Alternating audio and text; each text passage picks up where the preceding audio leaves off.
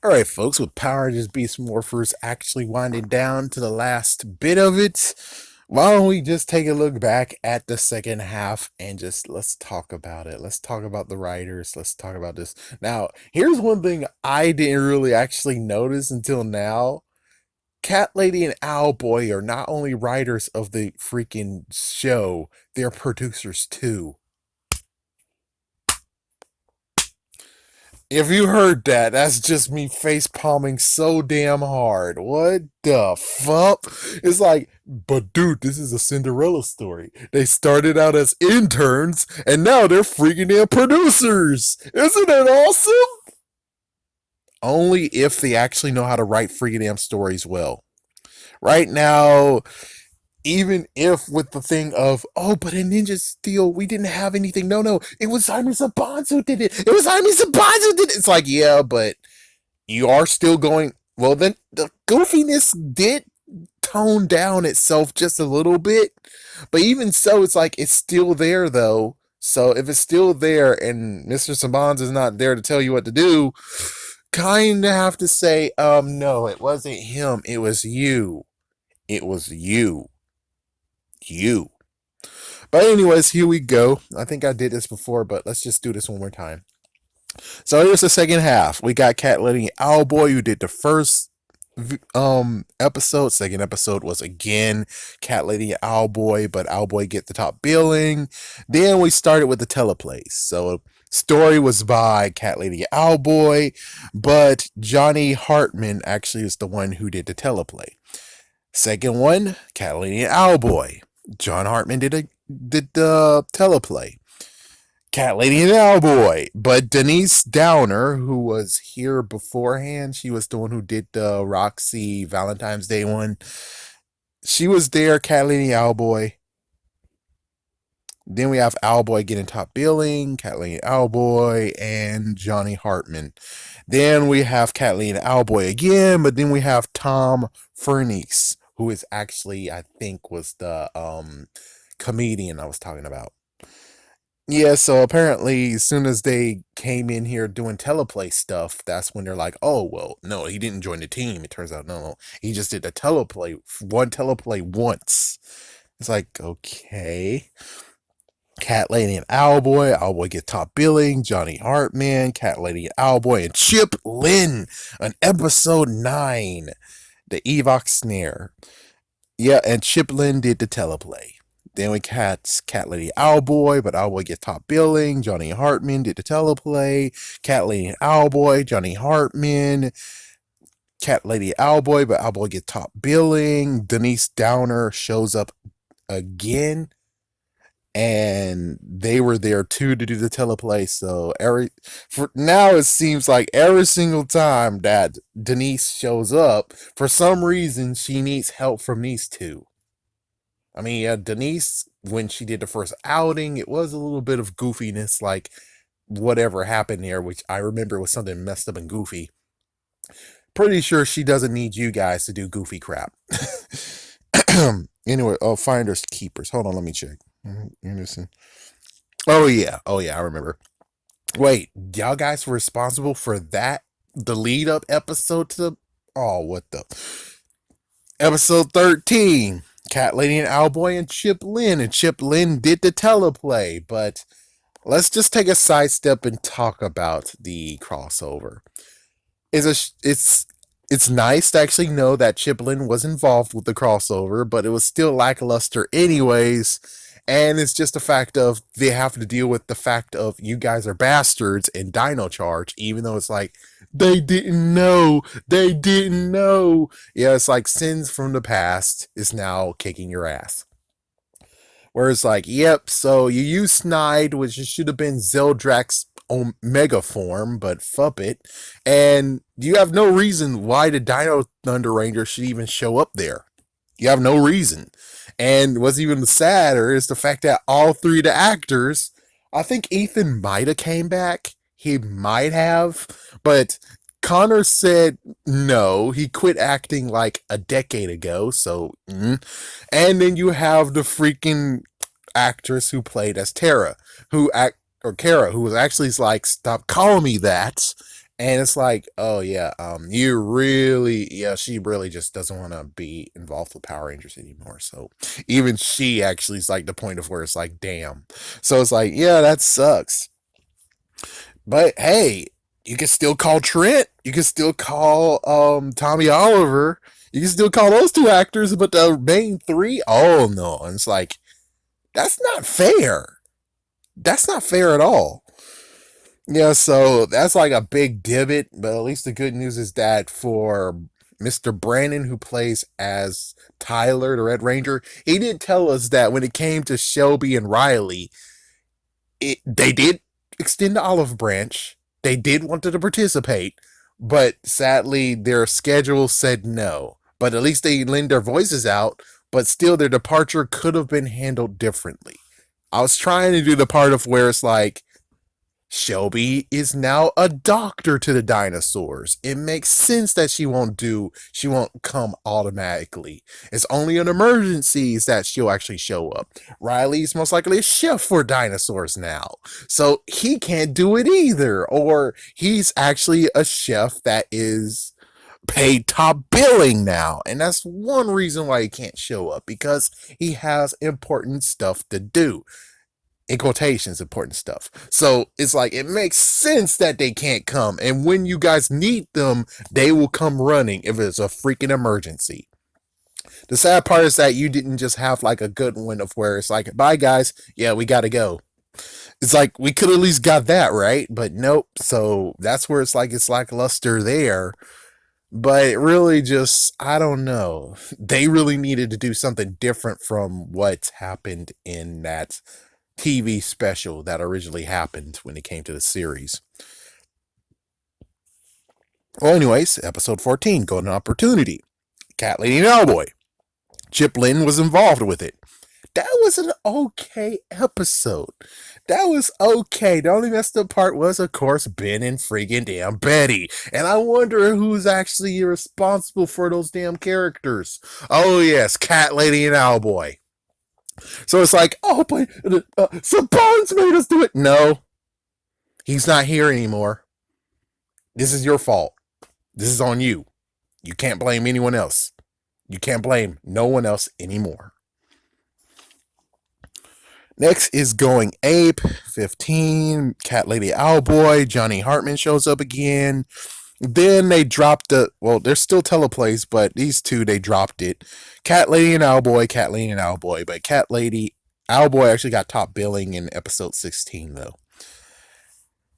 Which, of course, Fossil Frenzy was Cat Lady and Owlboy, which that wasn't that bad. But, of course, Ben and Betty kind of, sort of, was just shoot in there, where I'm like, did we really need this? I'm pretty sure we don't need this. Then we got Crunch Time. That's going to be the one that I'll see tomorrow. I mean, next week. Cat Lady and Owlboy, Johnny Hartman, and oh my gosh, we have 3 episodes left. Oops. Well, anyways, yeah, Cat Lady, Owlboy, Johnny Hartman, Cat Lady and Owlboy, but Owlboy was top billing. Chip Lynn got to do the teleplay.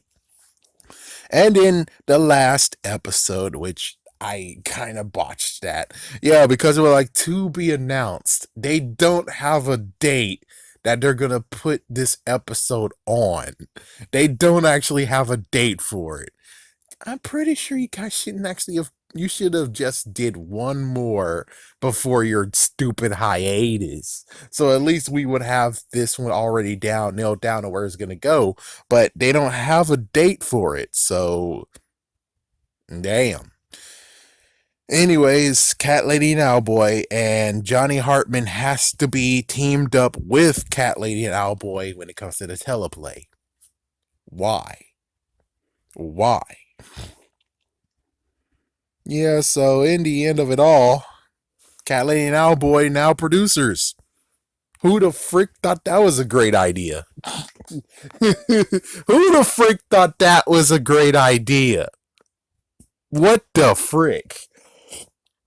I'm sorry to be a total jerk, but I'm sorry if they don't actually do stories well, or they're actually crazy enough to have comedic relief, and it's like, couldn't you do subtle ones? It's like Steel is your comic relief. He does subtle funny ones, and that's what I rather have, is subtle funny than somewhat over the top to mediocre. Ha ha ha ha.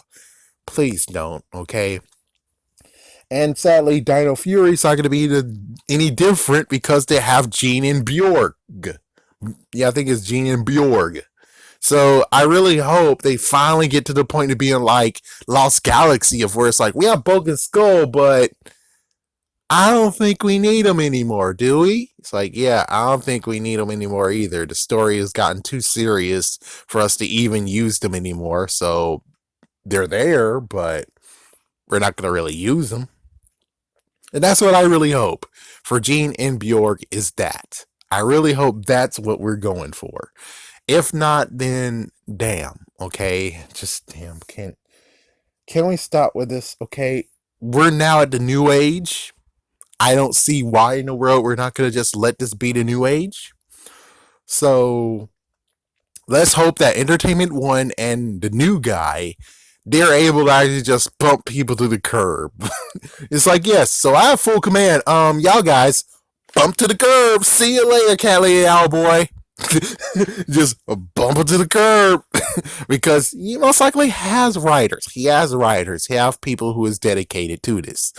It's either that or he's gonna whip those two bastards to shape. It's like, that's either that. He's gonna whip them to shape and be like, this is how you do storytelling. This is what I want. Or B, new writers. Of course, we could have C, where somehow they still get to have freaking say, and the stories are still lame as fuck. Whereas, like, at that case, that doesn't make sense, because if we got a new visionary who's gonna bring the new age of Power Rangers, in quotations, new age, then that means, yeah, y'all gotta sit the fuck down. Yeah, no more comic relief. You can go fuck yourselves. It's like, yeah, we're done with that. Okay, we're done with that. No, but Mr. Sabat, it's like, he's gone now. I'm pretty sure you can drop the damn comedic relief bullshit, please. I think you can drop it now.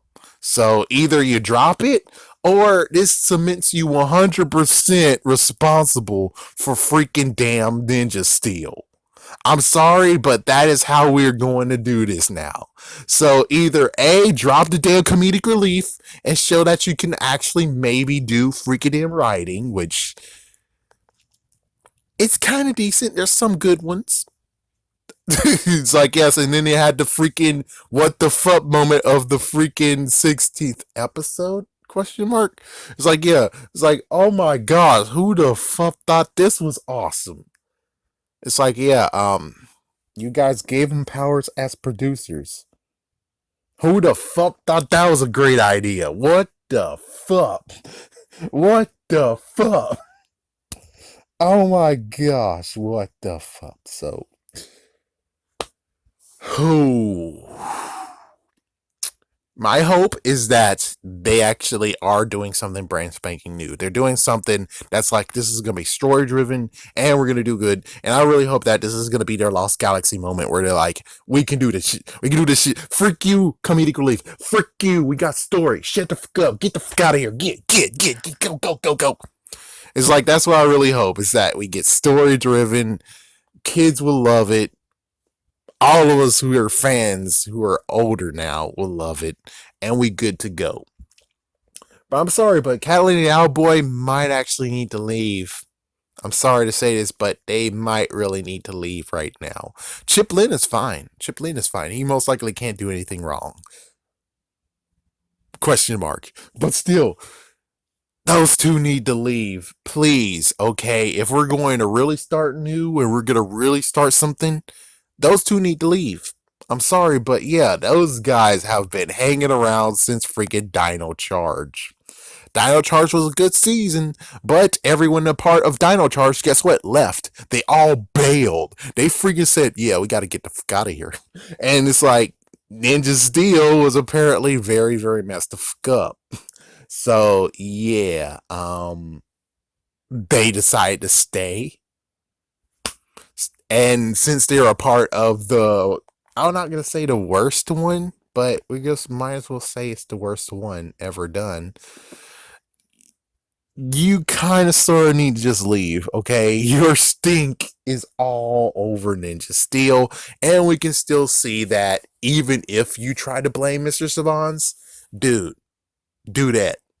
Y'all too are still doing comedic relief, not as much and crazy as you did in Ninja Steel, but you still have that friggin' damn comedic relief bullshit. And it's like, if you really want to actually blame Mr. Sabans, then you need to tone that shit down very, very, very, very, very, very, very, very, very deep. You gotta make it very, very low to the point of where you're like, huh, it was Mr. Sabans.